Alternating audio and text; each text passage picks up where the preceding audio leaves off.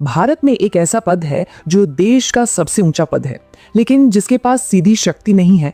सोचिए, एक ऐसा पद जो राष्ट्र का तो प्रमुख है पर सरकार का नहीं। जी हाँ, आज हम बात करने वाले हैं भारत के राष्ट्रपति की इसी अनोखी और कह सकते हैं शक्तिशाली भूमिका के बारे में।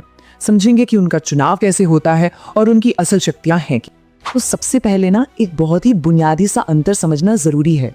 देखिए, कागज पर तो राष्ट्रपति ही कार्यपालिका के प्रमुख हैं, लेकिन असल में मतलब डे टू डे में देश चलाने की जो शक्ति है वो प्रधानमंत्री और उनके मंत्रिमंडल के पास होती है। और यही जो नाम मात्र बनाम वास्तविक शक्ति का खेल है ना, यही राष्ट्रपति की भूमिका को इतना खास और दिलचस्प बनाता है। तो अगले कुछ मिनटों में हम 4 हिस्सों में इस पूरे पद को समझने की कोशिश करेंगे। सबसे पहले देखेंगे कि उनकी भूमिका नाम मात्र की है या वास्तविक। फिर जानेंगे कि कोई राष्ट्रपति बनता कैसे है। इसके बाद उनकी शक्तियों पर नजर डालेंगे और आखिर में बात करेंगे महाभियोग और उनके कुछ विशेष अधिकारों। चलिए तो फिर पहले भाग से शुरू करते हैं। अब हम सबने सुना है कि राष्ट्रपति भारत के पहले नागरिक हैं, देश के संवैधानिक प्रधान हैं, पर इसका असल में मतलब क्या होता है? देखिए, हमारे संविधान का जो भाग 5 है वो राष्ट्रपति के पद की नींव रखता है। इसमें जो आर्टिकल 52 है वो साफ कहता है भारत का एक राष्ट्रपति होगा, सिंपल।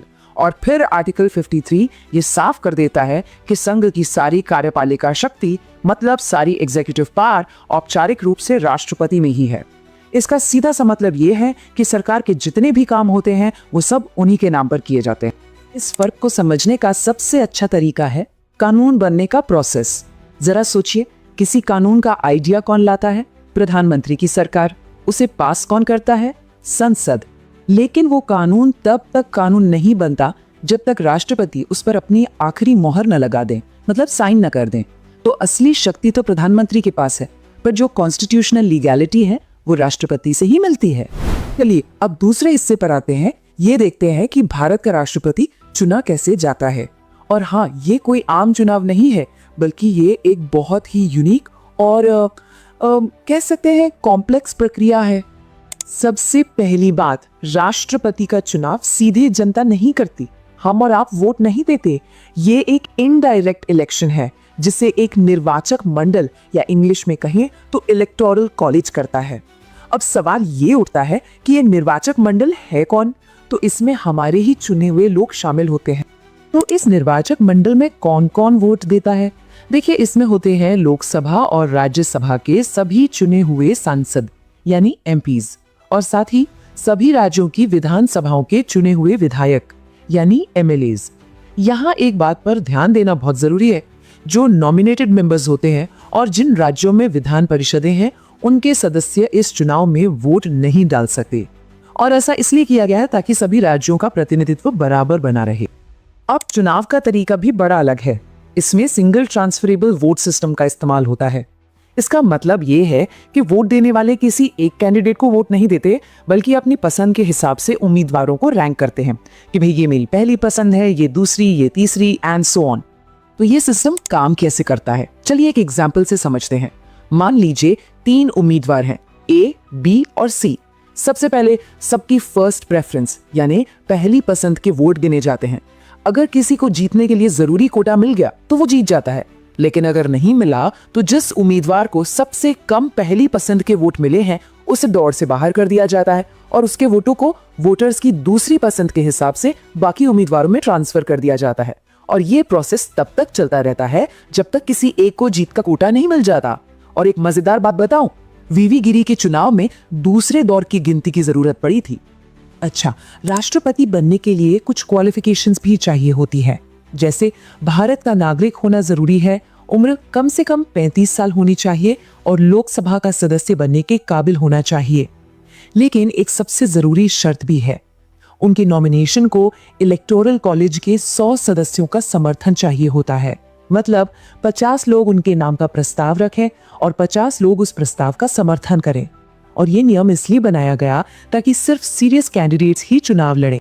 राष्ट्रपति का कार्यकाल जिस दिन वो शपथ लेते हैं उस दिन से 5 साल का होता है। हाँ, वो दोबारा भी चुनाव लड़ सकते हैं। लेकिन आपको पता है, आज तक सिर्फ डॉक्टर राजेंद्र प्रसाद ही एकमात्र ऐसे राष्ट्रपति हैं जिन्होंने 2 कार्यकाल पूरे किए हैं। तो चलिए अब आते हैं राष्ट्रपति की शक्तियों पर।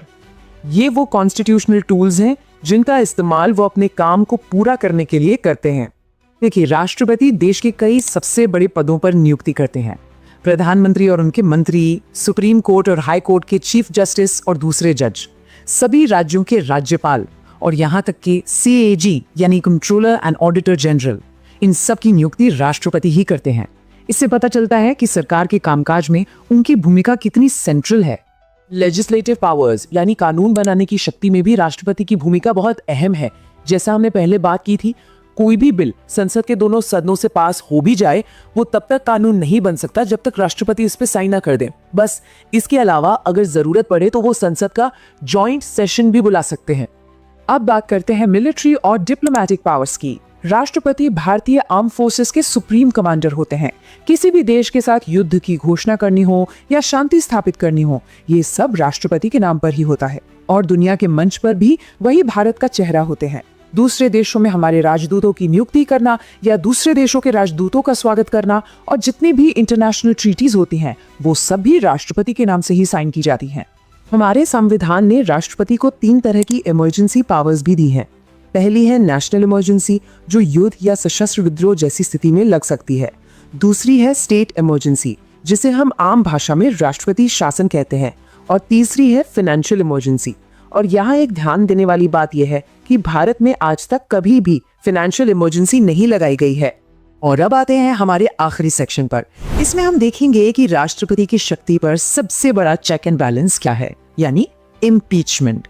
और साथ ही जानेंगे कि उन्हें कौन से खास अधिकार मिले हुए हैं। एक बात साफ कर दूं, राष्ट्रपति को उनके पद से हटाना ऑलमोस्ट इम्पॉसिबल है। इसके लिए महाभियोग यानी इम्पीचमेंट की एक बहुत ही ज्यादा सख्त प्रक्रिया है जो आर्टिकल 61 में दी गई है। सोचिए, इसे शुरू करने के लिए ही सदन के 1/4 सदस्यों के साइन चाहिए और फिर इसे पास करने के लिए दोनों सदनों में 2/3 मेजॉरिटी, वो भी कुल सदस्यों की, चाहिए होती है। यह प्रक्रिया इतनी मुश्किल है कि आज तक भारत के किसी भी राष्ट्रपति पर महाभियोग नहीं लगा है। राष्ट्रपति के पास एक बहुत बड़ी न्यायिक शक्ति भी है जो मिलती है आर्टिकल 72 से। ये है क्षमा दान की शक्ति, द पावर ऑफ पार्डन। वो किसी भी अपराधी की सजा को माफ कर सकते हैं, उसे कम कर सकते हैं या बदल सकते हैं, और इसमें मौत की सजा भी शामिल है। अपने कार्यकाल के दौरान राष्ट्रपति को कुछ खास कानूनी सुरक्षा भी दी जाती है, जैसे उन्हें गिरफ्तार नहीं किया जा सकता और ना ही उन पर कोई क्रिमिनल केस चलाया जा सकता है। और ये इसलिए है ताकि वो बिना किसी डर या दबाव के अपना काम कर सके। चलिए अब इस पद से जुड़ी कुछ दिलचस्प बातें जानते हैं। कुछ फर्स्ट्स के बारे में। भारत के पहले राष्ट्रपति थे डॉक्टर राजेंद्र प्रसाद। पहले मुस्लिम राष्ट्रपति थे डॉक्टर जाकिर हुसैन। और नीलम संजीव रेड्डी एकमात्र ऐसे राष्ट्रपति रहे जो बिना किसी ऑपोजिशन के निर्विरोध चुने गए। और हाँ, भारत की पहली महिला राष्ट्रपति बनी प्रतिभा पाटिल। तो आखिर में एक सवाल मन में आता है कि अगर राष्ट्रपति सिर्फ एक नाम मात्र के प्रमुख हैं, तो फिर उन्हें इतनी सारी अहम शक्तियां दी क्यों गई हैं? शायद इसका जवाब यह है कि राष्ट्रपति का पद सिर्फ एक फॉर्मल पोस्ट नहीं है, बल्कि वो हमारे राष्ट्र की एकता, अखंडता और स्थिरता का प्रतीक है। एक ऐसा कॉन्स्टिट्यूशनल गार्डियन जो हर तरह की राजनीतिक उठापटक से ऊपर है।